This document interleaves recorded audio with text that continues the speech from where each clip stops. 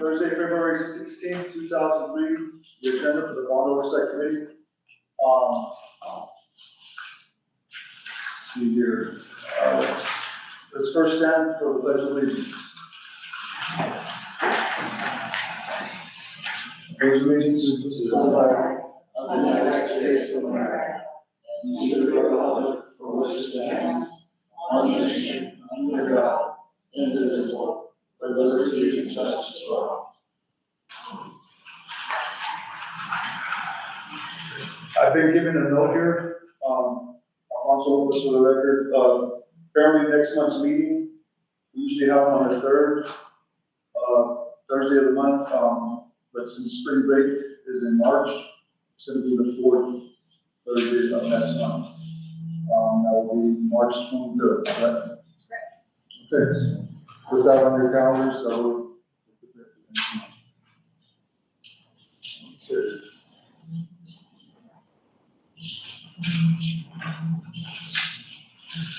All right, subject 102, adoption of the agenda. This is second. Okay. We have a motion on the floor. So adopt the agenda for the meeting. Second? You did second. First. Thank you. Okay. All those in favor say aye. Aye. Aye. Opposed? Hearing none. Motion carries.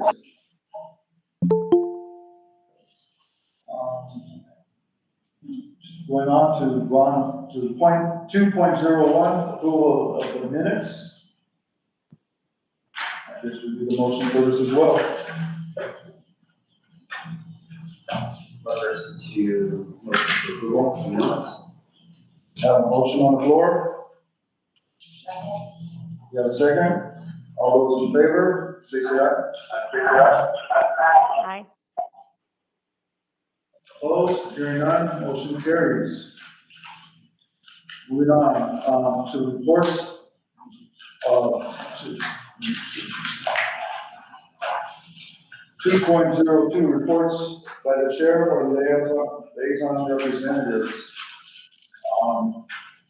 Let's go first to, Chad Conrad, Finance Investment. Any report on Chad? Maybe.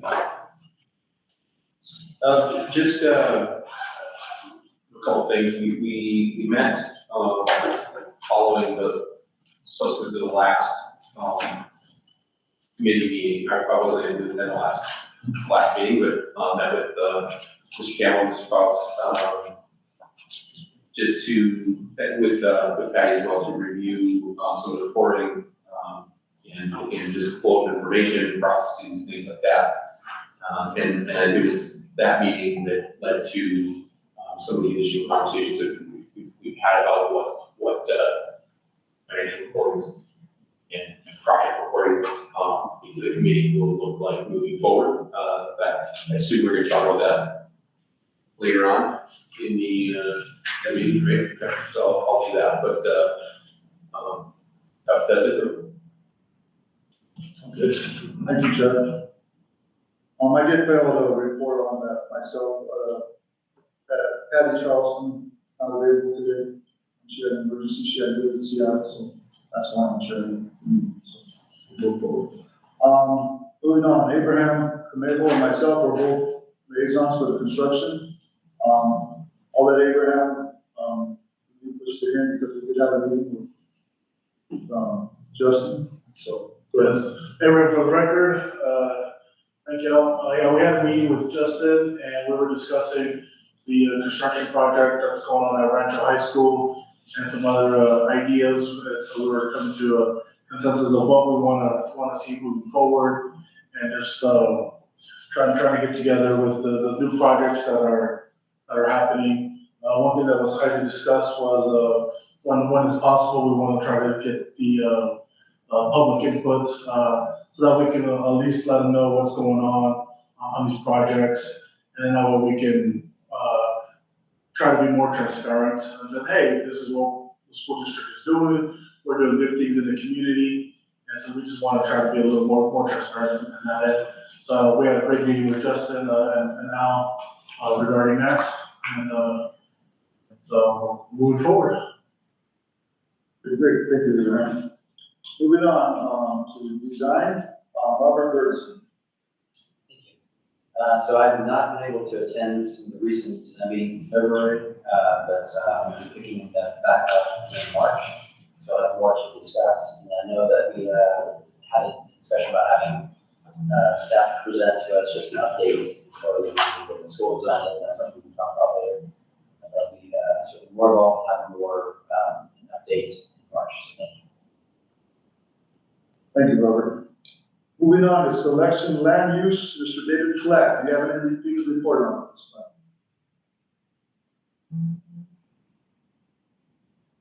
No, we have nothing to report. All right, thank you, David. Gina Blackman Taylor, do you have anything to report on with community relations? Well, I don't know if it got mentioned early, but Michael Flores has joined me as liaison with that. I'm very excited for that. So I am looking forward to his expertise and the work that is to come. I actually had a chance to touch base with Mark, and we are going to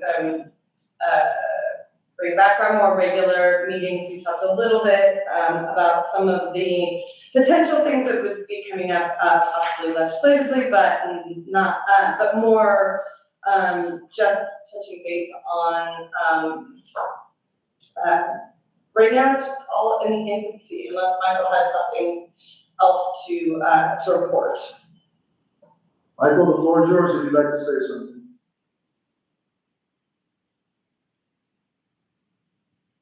Hearing none, unless, oh, there you go.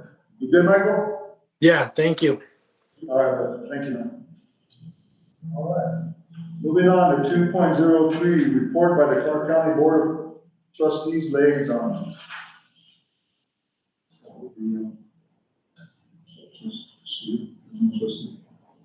Do we have a trustee? Good. Yes, the phone. It's a cable phone, Mitch. Yes, is the trustee available on the phone? Yes, Trustee Williams is here. Okay, the floor is all yours. You want to do a report? Do you have anything to report on? I did, I'm sorry, I'm having some technical issues. We hear you. You're good now. If you'd like to report on something.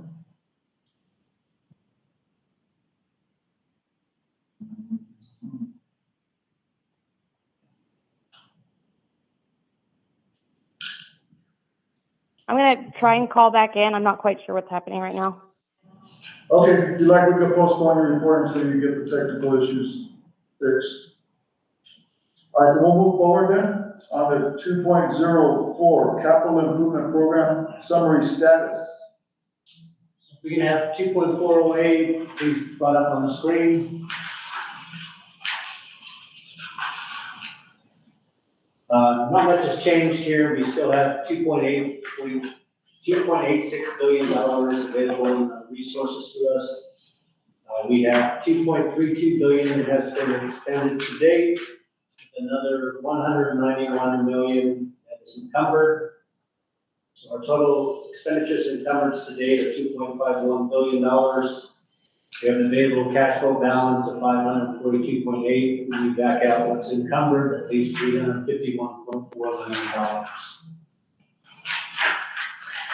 So we'll move on to 2.04B.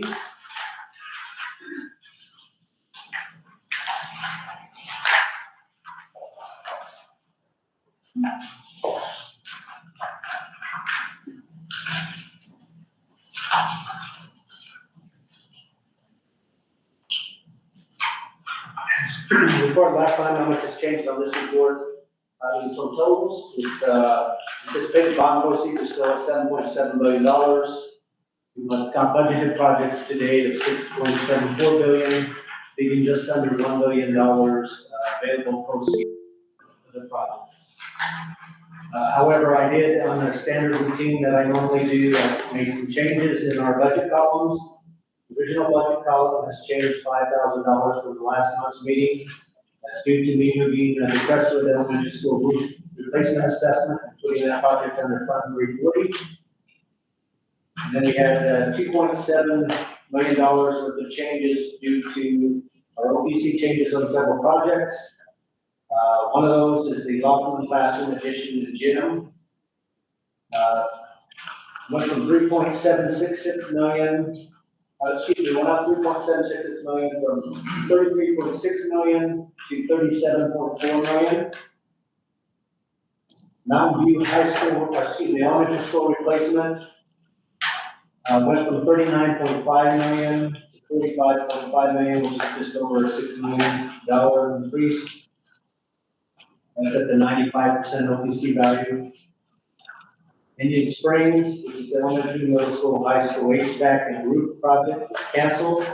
That's because we're doing the replacement school for that project, so I now removed it from the report, which is a $7.3 million reduction from 7.4 million to 51K, because we've already spent $51,000 related to that initial project. And then we have Western High School, HVAC lecture hall and dance classroom. That went up $261,000 from 815 to 1.1, and that's an actual bid award.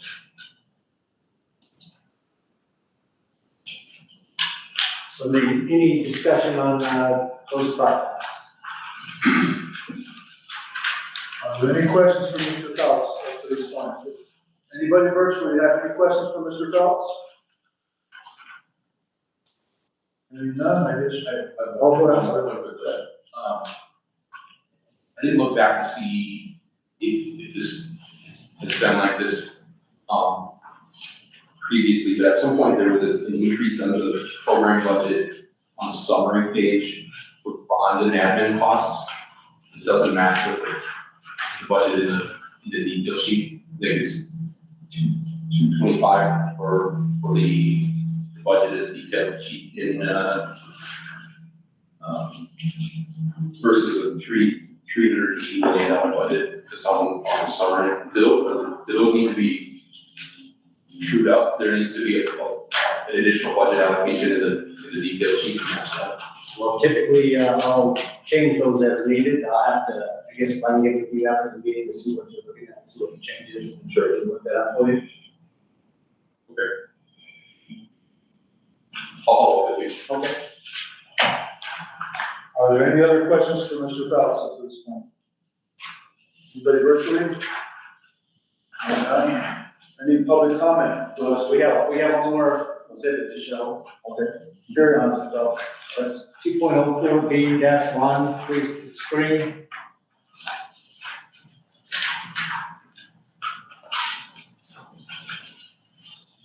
If you were able to have the opportunity to be on one of those calls that we had with each committee members, what we had proposed is to provide a similar report for you rather than the 11 page that we normally do on a month-to-month basis, except on quarterly, we would still give you the large report. What this would show is just the changes that are reflected from us adding the project to the list, canceling a project, like in the case that I mentioned on the Indian Springs, which is now part of the replacement school project. And when we have a bid award or a contract award, like we did with Western High School, which we got the bid award from the contractor stating what that price would be, so I'm reflecting that increase as well. So our proposal was to provide this on a monthly basis, except on a quarterly basis where you'll get monthly. So this gives you the opportunity to see what this report will look like compared to the other. And, you know, in the case comes where we have multiple projects being added, you'll see that. Currently, right now, most of our projects are listed on current 11-page report that we have.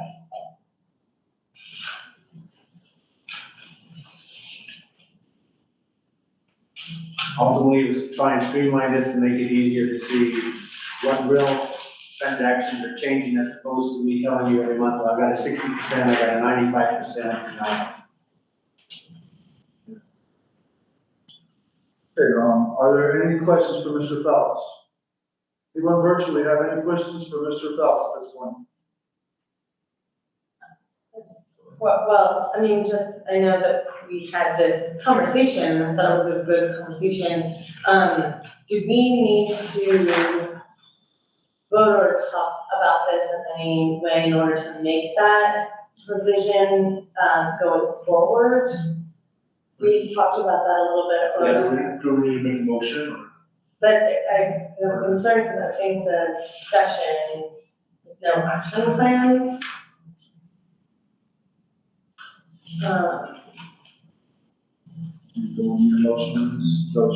Yeah, because at least in our conversation, when we had talked about it, we had talked about some of the concerns that had happened over the board and concerns that I think that you addressed, at least as far as I understand from questions that were brought up in our meeting, which was essentially the idea of still wanting access to having this bulk of the information in order to answer questions from the public and whatnot, and that a quarterly basis was likely to be adequate for that conversation, whereas this provided that changed detail.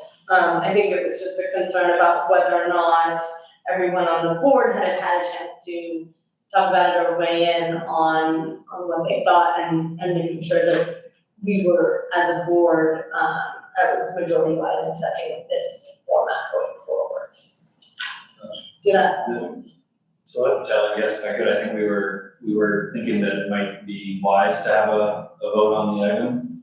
And if I could, I would suggest that we specify the months of February, May, August, and November. These are months that we would hit on a true quarterly basis, that we typically do not skip those meetings for any particular reason, so Can you say those months again? yeah, sure, February, May, August, and November.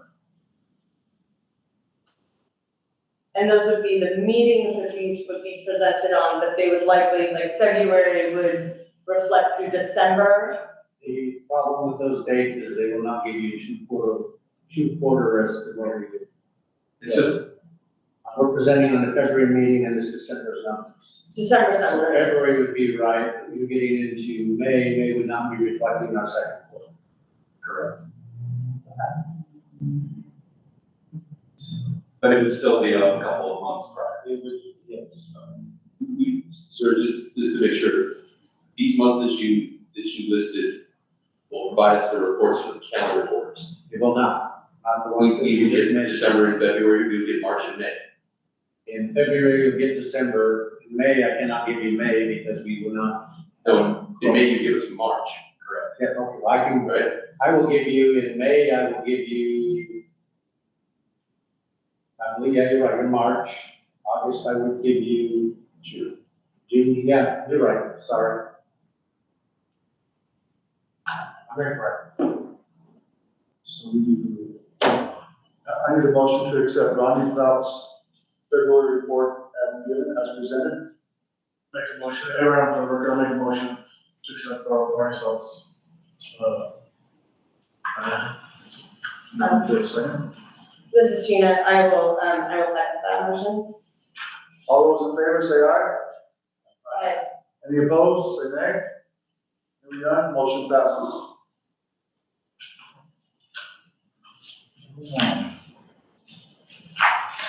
Two point zero five, facility condition index report. Presented by Commissioner Campbell. Yes, sir. Thank you, Mr. Lopez. Could we please bring item 2.05, reference item 2.05A on screen?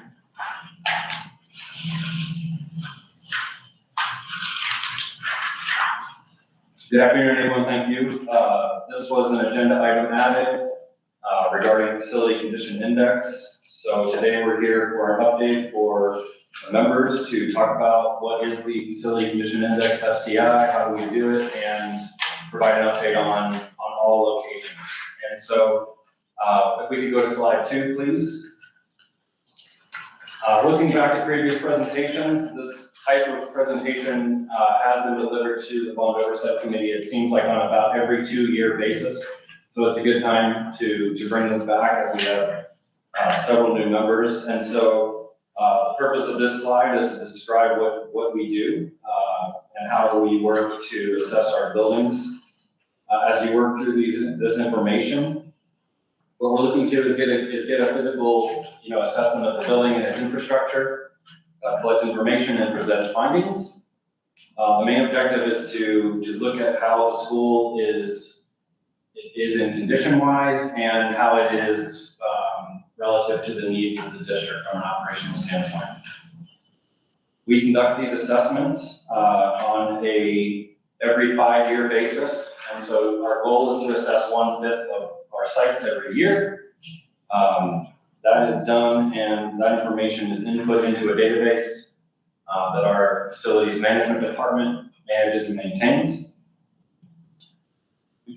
And yes, we have reference material on this from the APPA, which is a standard facilities and plant management organization that is one of our guides for how we do this work. We go to page 3, please. What is a facility condition index? This is a metric for measuring the adequacy and suitability of a facility. And the way that it is calculated is by the cost of the potential work to be done divided by the cost of the replacement of the facility. And so as you look through this example, it was a modernization project requested $20 million to modernize the building, and the replacement value is $40 million. We would have an FCI of 0.5. We sometimes refer to these as the whole number of 50. So you may hear us speak that way or the other way. It's a percentage. So the way that our current regulation is written An FCI less than 0.4 would support renovation. If a school had an issue, started to get close to that number, any number of systems might be inspected or assessed. If the FCI is between 0.4 and 0.6, we would require further analysis to maybe even a further assessment of deeper into the building. These are an example of our comprehensive modernizations that you're seeing now. And finally, if it's greater than 6, it tends to support replacement, and we would start looking at how that would fit into our capital plans. So we could go to the next slide, slide 4. In addition to the next document that we will discuss, we have listed the top 10 schools in terms of FCI, and these are schools specifically. We've omitted the administrative sites that are on the top part of this list, and given a sense of the FCI as well as our potential or planned actions at these locations. Here you have Fremont Middle School, which as you know, is being replaced to open very shortly. Woodbury Middle School is currently in design to be open in August 2025. Stewart Elementary School will be replaced to open in 2027. Mission High School has a high FCI, as we've noted. The FCI really reflects the brick and mortar portion of that campus. That's a pretty small part of their operation. The school is held primarily in portables. We do work to maintain that site with the facilities, so there are no current plans there.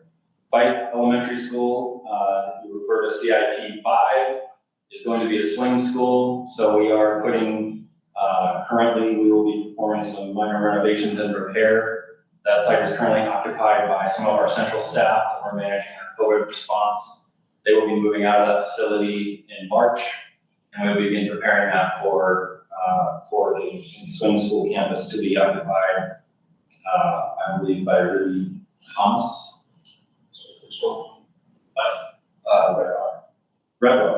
Red Rock Elementary School will move into that swim campus over the summer as we work on that school. Good Springs Elementary School, it does have a high FCI. We are performing comprehensive renovation. This is a very small facility, but you will see that work going forward. The next two schools, Wiener Elementary School and McDonald Elementary School, both have high FCI. They are not currently schools that are planned in our CIP 5 for replacement. And so therefore we are looking at potential assessments to look at the modernization of those facilities. And at McDonald, we have performed cooling tower refurbishments as part of our current overall efforts across the district to improve cooling towers. I kind of talked about that in the last meeting. So they have received that. Bracknell Elementary School, we have a design in place for that school, are in progress to open in 2025. And finally, Helen Smith Elementary School will be replaced, opening in August 2026. With that, I could go to questions on this particular portion of the item. Any questions? Any questions for Mr. Campbell? The board, anybody virtually have any questions? Go ahead, Chad. There's I think 7 facilities listed at the top of the list that fall kind of higher than some of those schools. Looks like based on the note that you have on the report that those are administrative facilities. Correct. So are those all being used? Yes, they are. So if we were to shift to item 2.05B, we could bring that up on the screen for the reference for this discussion. To answer Mr. Conrad, to answer your question, yes, this is all of our facilities, and they all are in use. So you will see that our admin sites are listed here for your reference. We are, of course, not able to use bond funds to work on these facilities, so I left them off of the presentation for consideration. Jim, you have a question? Yeah, thank you for getting to see all of these numbers. So one of the things that we have talked about as part of policy 7112 or regulation 7122. I think it's policy 7112. I was ready to write that. Regulation. Yeah. Oh. Anyway, in terms of choosing sites for the next capital improvement plan. At the time, and currently, there is that provision that bond oversight can, and subsequently the board of trustees can offer a school for consideration if recent work has perhaps shifted what that FCI number might be. An example would be, in this case, McDonald has a 0.7. That cooling tower refurbishment is likely to bring down that FCI number so that when it's time to come up with a conversation again, that number being lowered perhaps then disguises the need for more intense work. And we saw that as priorities changed from different, where renovation was a big priority until, expanding schools because we needed more space became a priority. There were schools that slipped through the cracks. And that provision in regulation 7112 was designed to try and accomplish that. How would you suggest we best track those schools that are likely to fall through the cracks through this kind of work? Because some of it Matt Kelly was an instance where it really was almost a community outcry that got enough attention to how work that was valuable and important, but HVAC was on the ceiling or, was roof work, not really felt by students, teachers, the community in the classroom. And yet then it was low enough that it got overlooked as a priority when it came to, that next phase of replacement.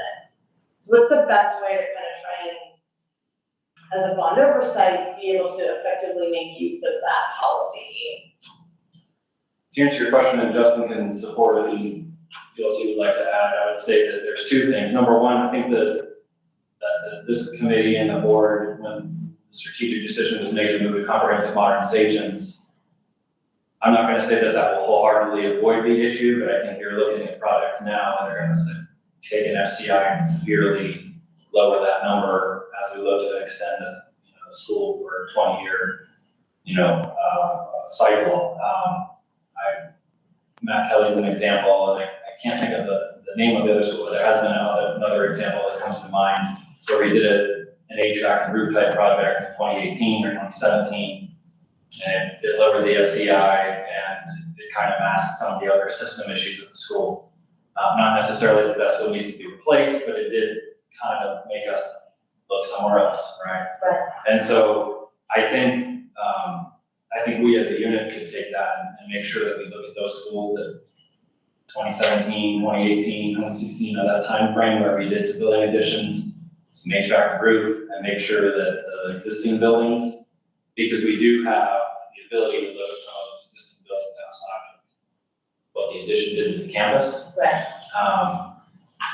And Because these are aggregate scores, so if there's a brand new building that's an addition, that's a zero, or, then that might disguise an original building that's maybe a 6 or 7. But Yep, and then the other piece that I would add is as we are working through the regulation, and I have been working with Mr. Baldwin, who I think is now on calls, double vote this morning, to provide a draft of that and ultimately bring a draft of that back to this committee, where particularly in that 0.4 to 0.6 range, puts a little more rigor to the things that are included in how we decide what to do at a school in that area in terms of does it really meet what we want a school to do in 2023 and forward.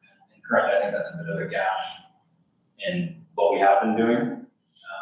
So I think those would be two areas I would say. I don't know. I think that's, they hit a lot of that, and especially with comprehensive modernization, we have less of that. AV touch, the HVAC, now it goes to store, those things fall through the cracks. So we shouldn't have those things happening quite as often. that's a really good news. I think one of the problems that we were addressing or trying to talk about this a couple of years ago was it was really hard to find the information as a bond oversight member to be able to kind of provide that role of where we kind of point things out. So as you guys move forward and kind of, and as we look at that policy is how, as what method allows for the volunteer board to kind of be able to kind of understand where we can look to figure out when those schools might come up. Because I think that this information could be very hard to find, and I know that it was challenging to pull this report together, but then it was really hard for us to be able to speak up or advocate for a school because this information is so opaque at times. Run your thoughts on the record. Jessica Prior, who is coordinator for facilities asset management. She's great. She is the first one to harp on us if we are electing a school that she thinks should be on the list. She knows that this particular school has a rating primarily that may be deceptive because she knows all work has been done on hazards. She's usually the first one in our ears. Said, you need to look at this one as well. Or consider this one in place of the other one. Challenges that exist in facilities asset management is the staffing level to maintain this on a continuous basis. It's usually you update it, it's done, and somebody has to sit there and put in a lot of time for several months on end to get it updated because the staff is not physically there to do it. She's continuously hiring staff and has hired some individuals. So hopefully that makes it that this can be produced on a more regular basis. Thank you for all your time and Chad for your efforts on this as well. So are there any other questions for Mr. Campbell? You got one? Robert, so just, Go ahead. Go just a quick question on the cost breakdowns for the improvement, available for the committee to review? Or is it, the reason I asked that, it was just to help us, get or understand, is it immediate needs, like let's say the HVAC breaks, goes down, that's a cost, there might be other costs attributed to it, let's say if something leaks, there's a roof damage, but there might be other things to modernize the schools, such as like if the doors are worn out or aging, if you want to tack those on. I guess it would be informative for us if we had an understanding of the breakdown of the costs. And so, Are you saying in terms of, what is in the top part of the fraction driving the high FCI? Is that what you're asking? Yeah, Sorry. exactly. What we refer to as the replacement or the deficiencies, the costs to remedy the Yes. deficiencies. If there was like a breakdown or of that. Yeah, so it would make it. Yeah, Exactly as Robbie described, that's the piece that is intense. Because it involves a listing of all of the assets, the age of the asset, the expected life of the asset, and then there's, some outcomes behind how that impacts the replacement cost. And so, for example, if the school is assessed this year and in 3 years, it just automatically by time will kind of slowly increase the FCI under the assumption that it's aging as a piece of equipment would. But it's based on an assessment done at a point in time. So the FCI by itself isn't saying necessarily that something has to be done right now. It's saying the life of it is 15 years now. It will be a year where we cross that threshold. It won't materially change the FCI. At that time, the FCI would just be very high. Does that make sense? It does, and I guess my question, and thank you for that answer. My question would be, is it appropriate for the board to be able to see the breakdown? I don't know that, I don't know that that would be a problem. I don't know that, I want to say there's tens of thousands of rows on the spreadsheet. So it is there. It might be something for one of the liaisons to dig into. That's maybe a suggestion for the start of it, and then Yeah. decide if it's something that. And maybe to make it easy, maybe liaison review it quarterly, just to look at those items. That way, there's no question or confusion as far as, what's being tacked on the laundry list of things that we purchase, which affects the FCI number, which then affects its need for replacement. Go ahead, Chad. I just want to clarify something to make sure that my understanding is correct. You use the FCI as a tool to evaluate projects, right? And when you're performing a comprehensive modernization or replacement. It's not the only piece of information that you use, is that correct? Correct. So, oh, sorry, go ahead. The heart of it is, it goes back to what Taylor said, the regulation that we are gonna bring back, which is regulation 7112, is very methodical, and the intent of it is to prioritize in terms of FCI's first. I have not described in this document, but there's a secondary score, if you will, that is called the programmatic index. And that's something that I think we're gonna have a little bit of change to what it currently says in the regulation versus what it's going to go to. But the purpose of that is manifold, but effectively is, what do we need to do with the school to have it deliver the programs in 2023 that we would like to have? So we've had a discussion in this body in the past about portable classrooms, right? So, for example, if the school is running a program in a portable that really should be in a classroom, then that means that the school really isn't necessarily meeting the need of 2023, right? So, however, if the school has a portable that they're just using storage, that's probably not going to impact that programmatic index because it's not, it's not a programmatic piece of teaching and learning. So I don't know that I have a great answer for that other than to say that as we work through that regulation, that is really in my mind, the main tool for, we have limited funds and we start to stack the projects to meet and fall into those buckets. So I'll pause there. So and I apologize if what I'm asking is redundant. So what notes already asked. No. But for my peace of mind, I think there's two concerns. I think one is there's some portion of the facilities that are more rundown that are being addressed because there was in addition, it might have increased the current replacement value of the overall facility, right? It executes the formula. I think that's an issue, right? And that maybe is an issue that is being attacked by the regulation that you were speaking to. I think there's another issue that you might already have a solution for, but this is the one that kind of is on my mind is there, if there's an emergency item, is there a fast track process where that doesn't go through evaluation of an FCI or some other formula of, air conditioning goes out, on the outside.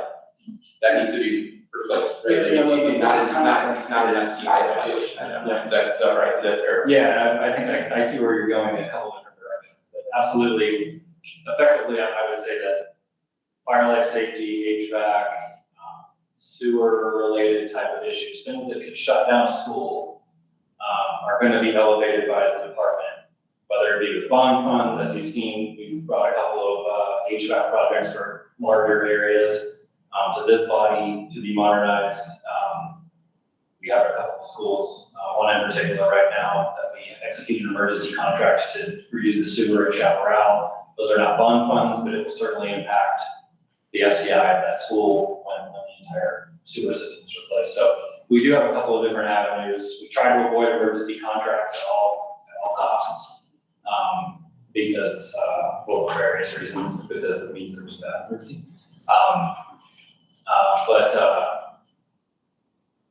But you're right in the sense that we do need to move quickly, and we do have mechanisms to do that.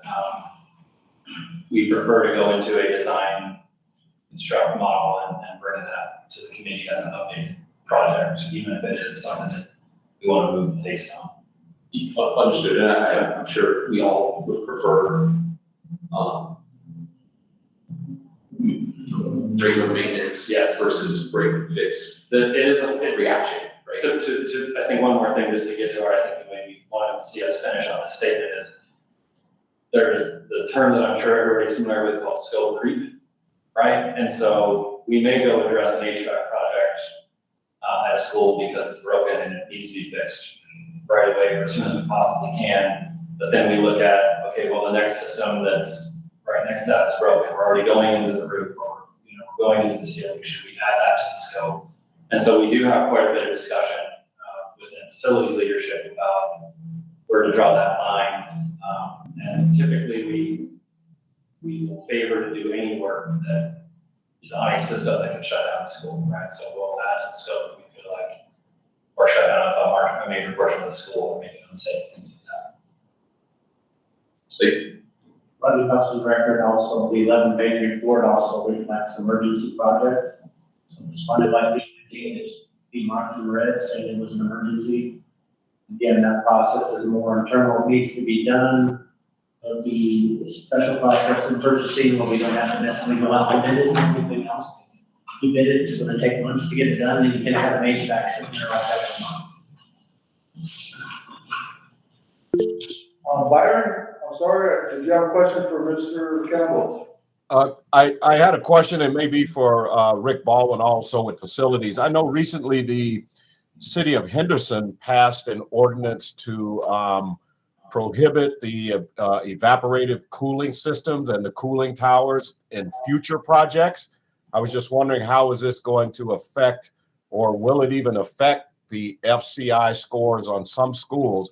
I know on the last list they showed of schools, there was one on there that had mentioned cooling tower. So I'm just wondering, has that subject come up in facilities? And I know a lot of schools use those evaporating and cooling towers. They're saying they hog a lot of water. I don't know what systems they're using to replace them with, but is there any thought been given to what's going to happen with that? Mr. Goins, go ahead. yes, Mr. Goins, I can talk to that without being professorial. I think I gave my professor's level speech on this topic at the last bond oversight committee meeting, actually.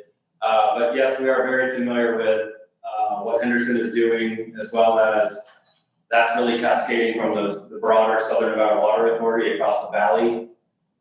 So the 2 points I would make is we are already designing all facilities to be cooled without using evaporative systems. So any project that's currently in design and those going forward will be using effectively air-cooled HVAC systems, so they will not have cooling towers. Additionally, what the current regulations are for schools that have cooling towers, we are able to replace a cooling tower with a cooling tower, and we will need to be doing that because that's just fundamentally the way that those systems are designed. Our intent will be that, and the requirement is that it is replaced with a cooling tower system that is the same level of efficiency or better in terms of water. So that's where the partnership with the water authority comes in, and there are some technologies that can reduce the amount of water used on those systems that we are looking at.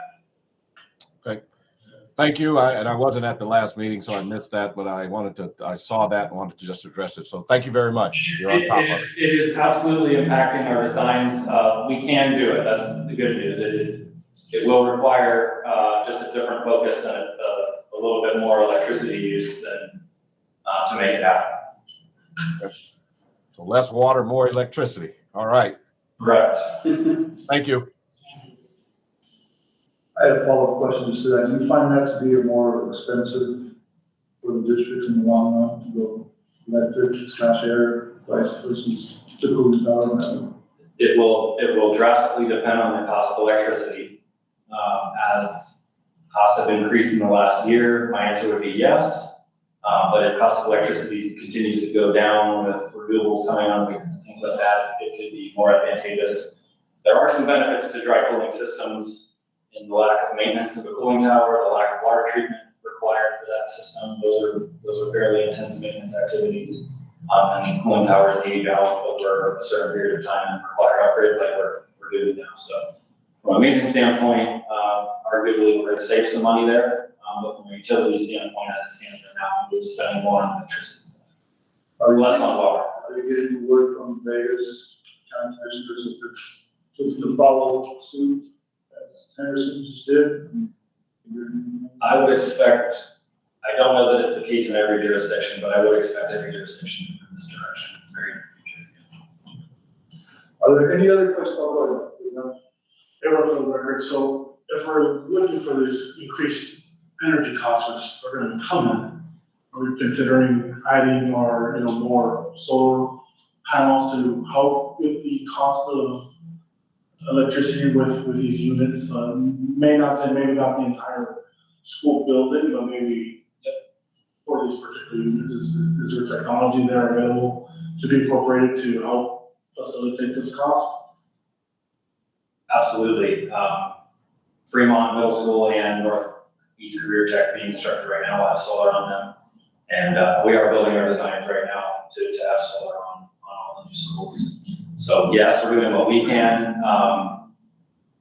We also need a partnership with NV Energy. We are their largest customer and meet with them on a regular basis to think about how we can do more on the renewable energy or energy efficiency side with them as well. Thank you. Are there any other questions for Mr. Campbell? Anybody virtually have any questions for Mr. Campbell on this report? Any public comment for this, Mr. Campbell? Hearing none, council, do I need a motion to? You don't need a motion. All right, moving forward. 2.06, questions and or removal of items on motions and tasking.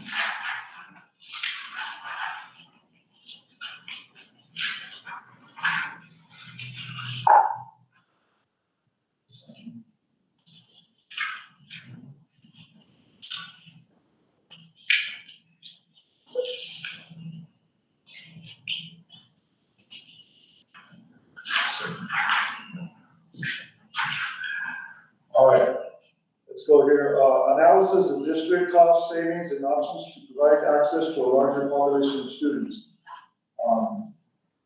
Is there any discussion on this particular motion, Taskin? Or removal of, or keep this in play? The tradition has been to keep it in play, and the board member that requested it was not present, so I would suggest keeping our first two. First to diversity and inclusion plans, including accountability as well. Well, Jean has. Yeah, we were going to announce he's retired, so, unless somebody else would like to step up and take over for Gene on this particular topic. Yeah, I mean, the only thing I would speak for is Jean's passion on making sure that the district was getting fair refund deals and refund agreements from various entities across. And so I know we've had a sequence of ongoing reports. I would hesitate to keep it on motions and taskings because they've been there for a long time, and I think I would motion to remove it. However, that being said, I would, in keeping with what I think is intent to make sure that the district was saving all of the money that they could and getting back all of the money that they could. It's just maintaining that commitment towards refund agreements. And if we felt like that issue came back up again, that we could reintroduce it at that time. But I would make a motion to remove that item from motions and testings. Sure, I'll second, but I echo your comments. We appreciate all Gene's work on that topic, and but I think it's appropriate to remove. So we have a motion, we have a second on the floor. All those in favor, say aye. Aye. Against, say nay. Hearing none, motion passed. Mr. Chairman, Yes. I know this is, we maybe use this. You have to ask for public comment before you actually go over here and make a motion. So motions are final. Okay. Do we have any public comment at this point for any of our motions and taskings? Hearing none, moving forward. I'm gonna be looking for a motion to accept, how about you, the fourth one as well?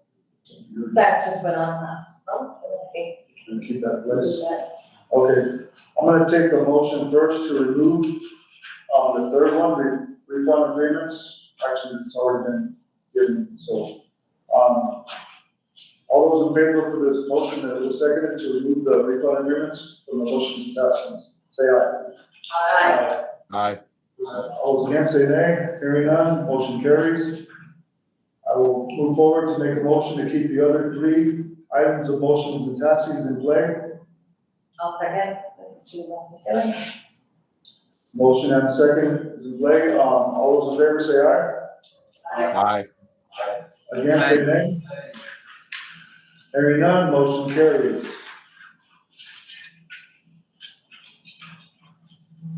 And, moving on. We already got public comment on this one as well. Is there any public comment currently for motions attachments? Hearing none, moving forward.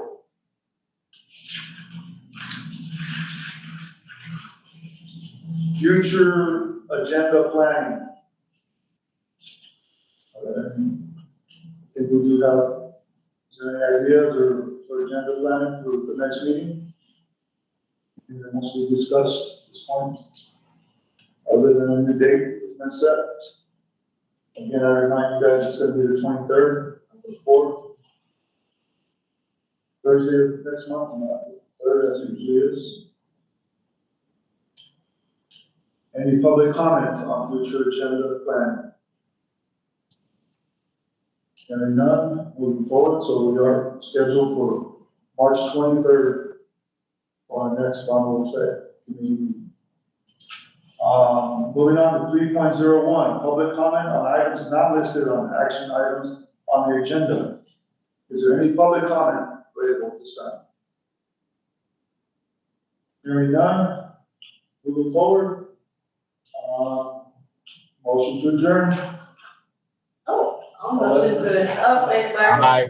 Hey, wait, Hold on, don't vote. I didn't motion, I Mr. take it back. Lopez, did you wanna, Oh, yes, I'm sorry. discuss that first? Yes, unfortunately, Gene is retired. I was hoping to see him here today, but this was given by the district on his behalf. The guy's done a ton of, put hours and hours into this committee. We really appreciate everything he's done to help us out. His knowledge will definitely be missed. And there's someone else on the board has a comment about Mr. Lazaroff, who's definitely going to be used for his knowledge for the solutions. I just want to recognize Gene for all his help and assistance, so. Appreciate his hand. So, wait, sometimes. Go ahead, Elizabeth. Virtually, raise your hand. Go Mr. ahead, Chairman, Brian. this is Brian. Good. I just wanted to mention, while we're on the record, it is Black History Month, and in recognition of that, the Martin Luther King Jr. Senior Center, where I am the director, along with the Public Education Foundation and Dr. Beverly Mathis, we will be hosting on Friday, February the 24th, a recognition and honoring of all of the 24 Black namesakes. 6 of those schools are located in North Las Vegas, where my family has lived. So we just wanted to extend an invitation to the board and members that you're invited to come Friday, February 24th from 4:30 to 6:30 p.m. I put the information in the chat window as well. What's the address, or where is it at? The Martin Luther King Jr. Senior Center, located at 2420 North Martin Luther King Boulevard in North Las Vegas. Most people identify it by where the Martin Luther King Jr. statue is located. We're right behind that. Yes, it's actually on the northeast corner of MLK and Cary. That is correct. Are there any other questions, comments, anything for public comment at this point? Hearing none, I just need a motion to adjourn. This is Gina Blackman Taylor with a motion to adjourn. I second. We have a first and a second. All those in favor say aye. Aye. Aye. Motion carries.